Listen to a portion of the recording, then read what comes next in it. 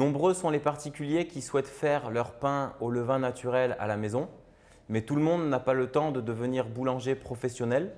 Aussi, dans ce tutoriel, nous vous proposons une méthode très simple pour réaliser son pain biologique au levain naturel à la maison.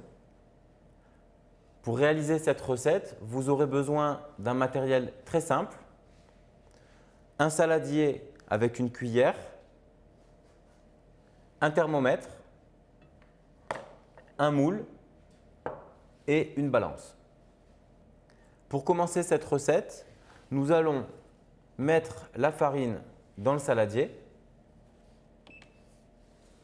Nous avons donc ici 1 kg de farine.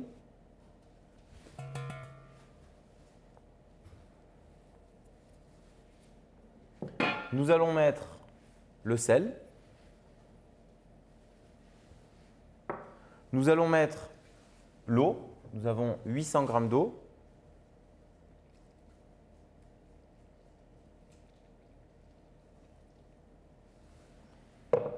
Et nous allons mettre le levain.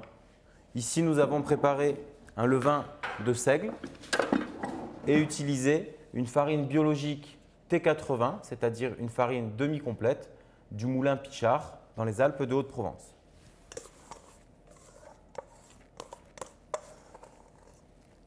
Le levain tout point.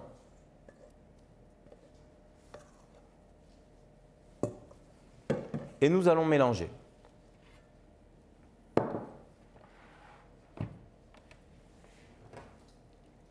On peut travailler indifféremment avec une cuillère ou à la main. Par contre, lorsqu'on travaille à la main, on ne met qu'une seule main dans le mélange pour garder toujours une main propre.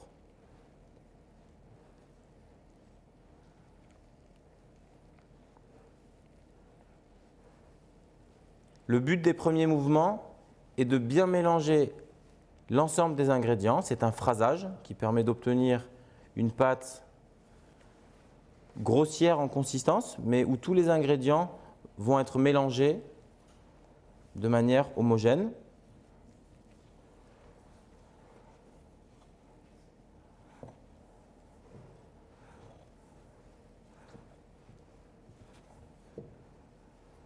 C'est une recette où on met volontairement beaucoup d'eau pour que le mélange soit relativement facile à faire, ne nécessite pas trop de force de la part de l'opérateur.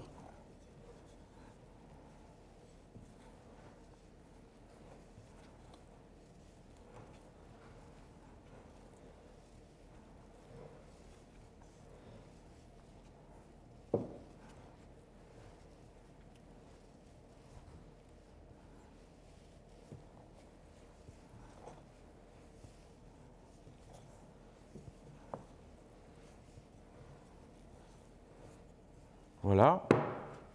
En très peu de temps, on arrive à former une pâte où les ingrédients sont mélangés. Si vous disposez d'une corne ou d'une spatule, vous pouvez racler légèrement les bords du saladier pour aider l'incorporation. Ici. Puis on va continuer le mélange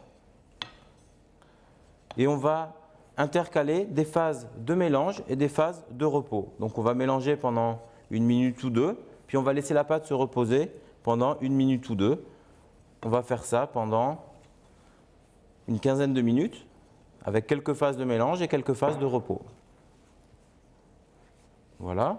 Donc dès que la pâte est relativement homogène ici, on va laisser la pâte se reposer dans le saladier 1 minute ou 2 avant de reprendre le mélange.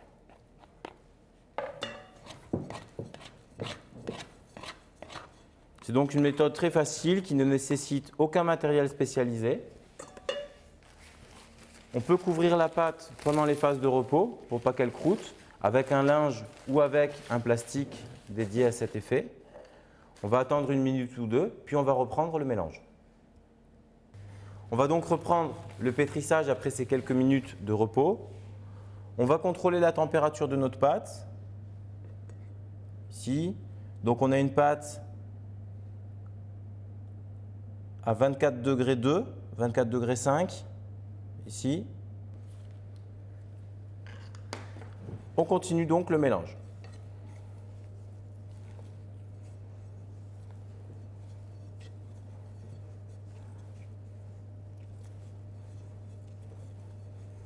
la pâte va se structurer en partie au pétrissage et en partie pendant la fermentation.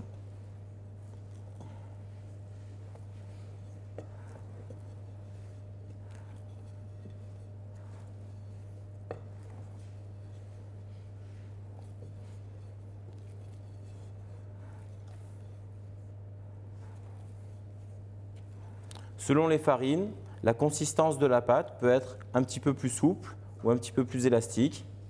Ça va dépendre de la qualité de la farine mise en œuvre.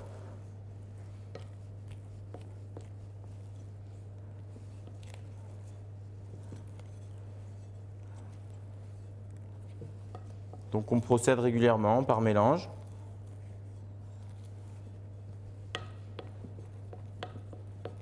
En marquant donc des temps de repos toutes les 2 ou 3 minutes pour que la pâte se détende un petit peu.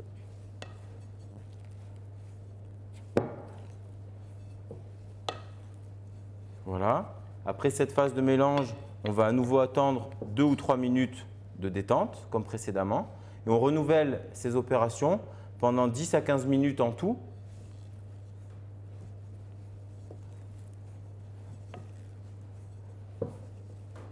Voilà, entre chaque étape, on peut prendre soin de remettre le bord de la cuve relativement propre avant de la couvrir. Et on répète ces opérations pendant une quinzaine de minutes.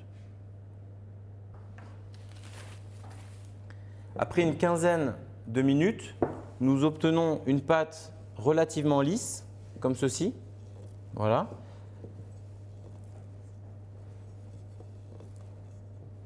Voilà, vous voyez?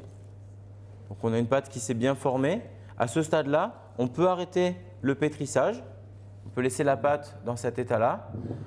Et cette fois, on va la couvrir pour une durée de fermentation de 3 heures en essayant de maintenir la pâte à 24-25 degrés. Pas trop chaud, pas trop froid. Donc selon la température de votre pièce, après c'est à vous d'être créatif pour savoir s'il faut la laisser près d'un radiateur ou plutôt dans une pièce plus fraîche, ça dépend des saisons. En tout cas, on essaye de garder la température de la pâte entre 24 et 25 degrés. On la couvre et on attend 3 heures que la pâte fermente. Elle va bien sûr gonfler, prendre du volume pendant cette fermentation.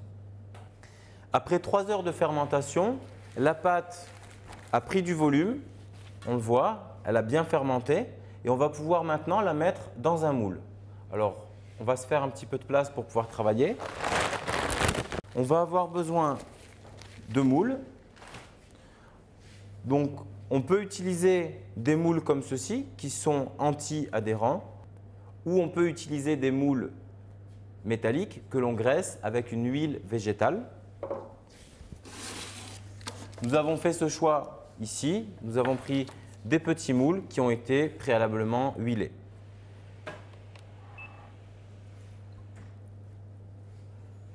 À l'aide d'une spatule souple ou corne que l'on trempe dans l'eau, on va procéder au moulage, soit en versant directement la pâte dans le moule, ici, comme ceci.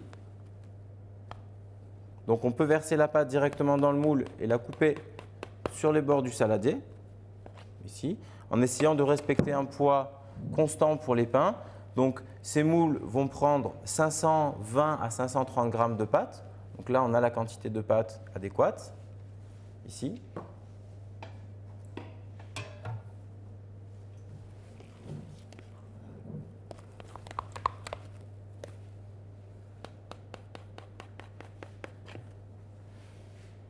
Voilà. Soit en coupant des morceaux de pâte directement dans le saladier et en les posant sur le moule.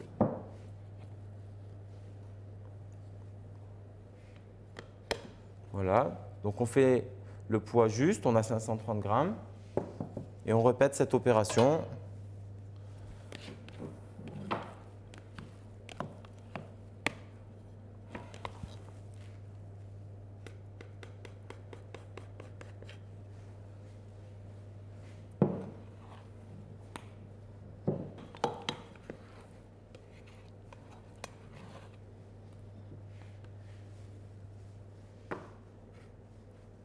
Voilà. Ensuite, nous pouvons, à la surface des pains, donc les pains se répartissent à peu près tout seuls dans le moule, ici. Et à la surface des pains, nous pouvons éventuellement faire une finition ou un topping pour changer à la fois l'esthétique et l'arôme du pain fini. Donc, on vous propose par exemple ici 2 toppings différents. Nous allons faire un topping avec des graines et un topping avec du son. Donc, sur ces 2 pains-ci, nous vous proposons donc une finition, un topping. Un topping avec du son, c'est un gros son de blé qui va donner un aspect relativement rustique sur le pain, ici. Et un topping réalisé avec un mélange de graines et de flocons d'avoine, ici, que l'on pose de la même manière à la surface du pâton. Les pains vont maintenant être mis en fermentation. On va essayer de conserver leur température autour de 24-25 degrés pendant encore 1h30 à 1h45 selon, jusqu'à ce que le pain arrive tout en haut du moule. Alors, on pourra l'enfourner. 1h30 plus tard, les pains ont donc fini leur deuxième fermentation. La pâte a pris du volume, elle arrive en haut du moule et nous allons donc pouvoir la cuire dans un four de ménage, dans un four ventilé. On va utiliser pour cela un four donc équivalent à ce que les particuliers ont chez eux. Au préalable, nous allons couper la surface du pain avec un couteau tranchant ou une lame de rasoir ou une lame de boulanger prévue à cet effet. Quand les pains sont bien levés, on peut fariner la partie supérieure du pain, ici. On peut les couper à l'aide d'une lame. Il faut couper relativement rapidement. Ici, on peut couper la partie supérieure. Et on va procéder à l'enfournement.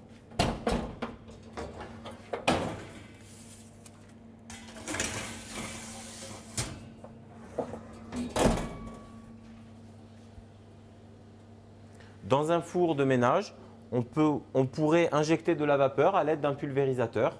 Ce four le fait automatiquement, mais on pourrait le faire à l'aide d'un pulvérisateur. Ça marcherait très bien. Voici donc les 3 petits pains moulés qu'on a fait avec des toppings différents. Donc le topping multigraines, le topping farine et le topping au son. Donc ce sont les pains pétris à la main.